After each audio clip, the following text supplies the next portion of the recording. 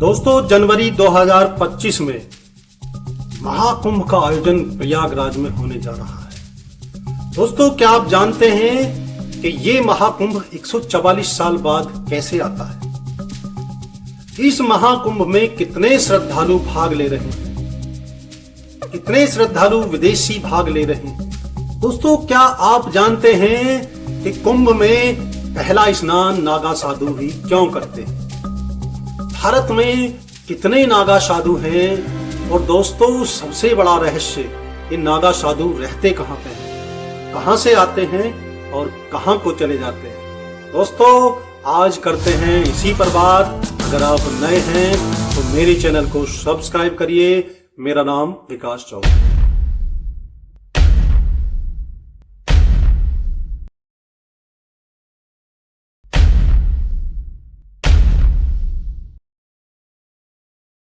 तो दोस्तों, सबसे पहले बात करते हैं कि ये महाकुंभ 144 साल बाद कैसे आता है। दोस्तों, हिंदू मान्यताओं के हिसाब से देवताओं का एक वर्ष मनुष्यों के 12 वर्षों के बराबर होता है। तो देवताओं के 12 वर्ष मनुष्यों के 144 वर्ष के बराबर होते हैं। हर 12 कुंभों के बाद एक कुंभ का आयोजन होता है। तो इसी हिसाब से देवताओं के 12 वर्ष मनुष्यों के 144 वर्ष के बराबर होते हैं। इसीलिए ये महाकुंभ 144 साल बाद आयोजित किया जा रहा है। दोस्तों, भारत के 4 प्राचीन शहरों में कुंभ और महाकुंभ का आयोजन होता है: प्रयागराज, उज्जैन, नासिक और हरिद्वार। दोस्तों, हिंदू मान्यताओं के हिसाब से समुद्र मंथन के समय देवताओं और दैत्यों के बीच 12 दिन युद्ध चलता रहा। उसमें जो अमृत कलश निकला, उसको छीनने के चक्कर में उसकी कुछ बूंदें इन 4 शहरों में जाकर गिरी। तभी से वहां पर ये कुंभ का आयोजन होता आ रहा है। दोस्तों, ये जो प्रयागराज में कुंभ होने जा रहा है, इसमें लगभग 45 करोड़ लोग, 45 करोड़ श्रद्धालु भाग लेने जा रहे हैं, जिसमें से लगभग 15 लाख विदेशी श्रद्धालु आ रहे हैं। दोस्तों, और कुंभ में सबसे चर्चा में जो रहने वाला एक पात्र, उसका नाम है दोस्तों नागा साधु। दोस्तों, नागा साधुओं को ही क्यों पहला स्नान करने की अनुमति होती है? दोस्तों, हिंदू मान्यताओं के हिसाब से जब नागा साधुओं की उत्पत्ति हुई थी, तो इन लोगों को धर्म की रक्षा के लिए अस्त्र और शस्त्र दोनों का ज्ञान प्राप्त कराया गया, ताकि हमारे धर्म पे कोई संकट आए तो ये अपने नीति और अपने बल से हमारे धर्म की रक्षा करें। इनको सेना का दर्जा दिया गया, और सेना का दर्जा राष्ट्र से ऊपर होता है। दोस्तों, इसलिए इनको सबसे पहले स्नान और शाही स्नान की अनुमति दी जाती है। पहले ये नागा साधु स्नान करते हैं, उसके बाद और पंथ और मठों के श्रद्धालु स्नान करते हैं। दोस्तों, आपको पता है हमारे देश में लगभग 7 लाख के करीब नागा साधु हैं। नागा साधुओं के बारे में बहुत सी धारणाएं प्रचलित हैं। नागा साधुओं के गुरु श्री शंकराचार्य जी थे। नागा साधु महादेव की उपासना करते हैं। ये शास्त्र और शस्त्र में निपुण होते हैं।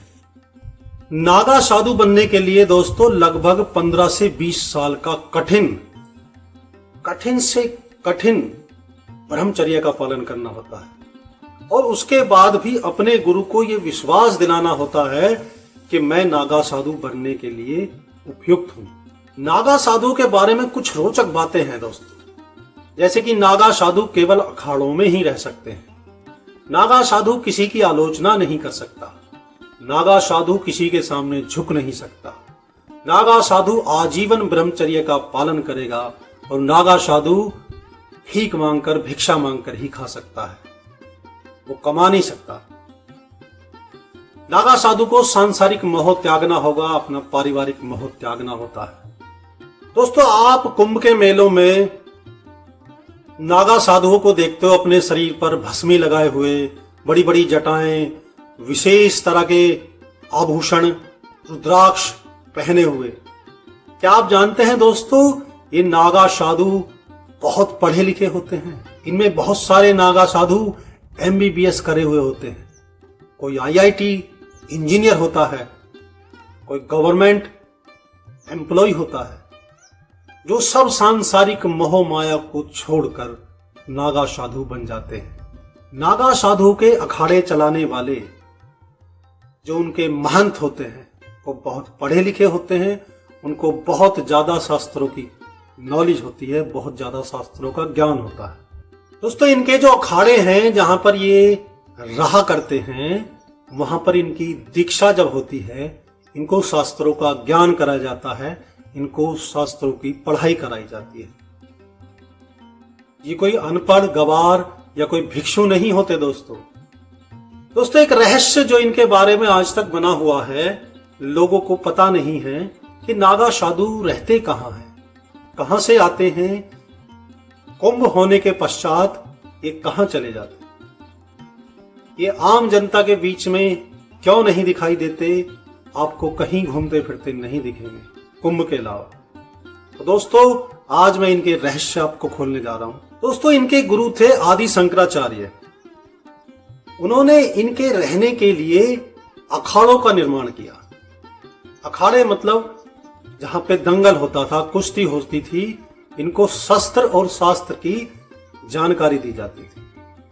दोस्तों, आज हमारे देश में 13 अखाड़े हैं, लेकिन सभी 13 अखाड़े नागाओं के नहीं हैं। उनमें से केवल 7 अखाड़े ही नागा बन सकते हैं। वो अखाड़े कहां कहां? अखाड़े का मतलब आज के समय में ऐसे हो गया जैसे हेड ऑफिस होता है। इनकी मुख्य ब्रांच है। ब्रांचों की भी बहुत सारी ब्रांचें अलग अलग बनी हुई हैं, उनके आश्रम बने हुए हैं। ये अलग अलग जगहों पे रहते हैं। तो दोस्तों, आज मैं आपको इनका स्थान बताने जा रहा हूं कि ये अखाड़े कहां हैं और इनके आश्रम कहां कहां पर है। दोस्तों, देश का सबसे बड़ा अखाड़ा है जूना अखाड़ा।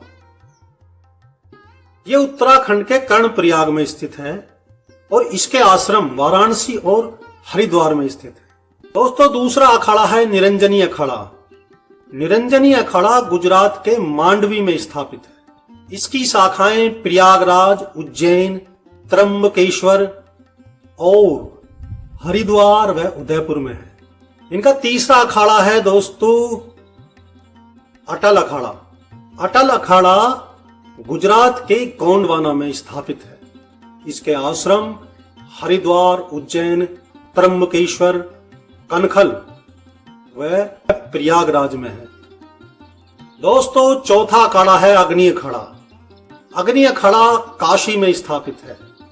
इसकी शाखाएं प्रयागराज, हरिद्वार, उज्जैन, त्र्यंबकेश्वर में स्थित है। दोस्तों, पांचवा अखाड़ा है आनंद अखाड़ा। आनंद अखाड़ा मध्य प्रदेश के बेरार में स्थित है। इसकी शाखाएं प्रयागराज, हरिद्वार, उज्जैन और वाराणसी में स्थित है। तो छठा अखाड़ा है महानिर्वाणी अखाड़ा। ये बिहार के बैजनाथ धाम में स्थित है। इसकी शाखाएं प्रयागराज, उज्जैन, हरिद्वार और कनखल में स्थित है। सातवां अखाड़ा है आवाहन अखाड़ा। ये काशी में स्थापित है और इसके आश्रम ऋषिकेश में है।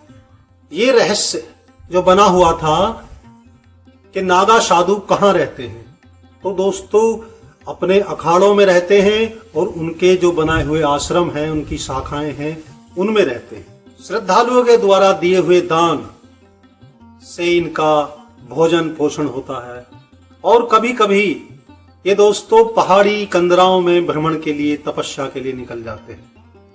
ये समाज और सामाजिक गतिविधियों से दूर रहते हैं। या आपको कुंभ के अलावा कहीं नहीं दिखाई देंगे। तो दोस्तों, अगर वीडियो अच्छा लगा हो तो कमेंट जरूर करिए, सब्सक्राइब जरूर करिए। नमस्कार दोस्तों।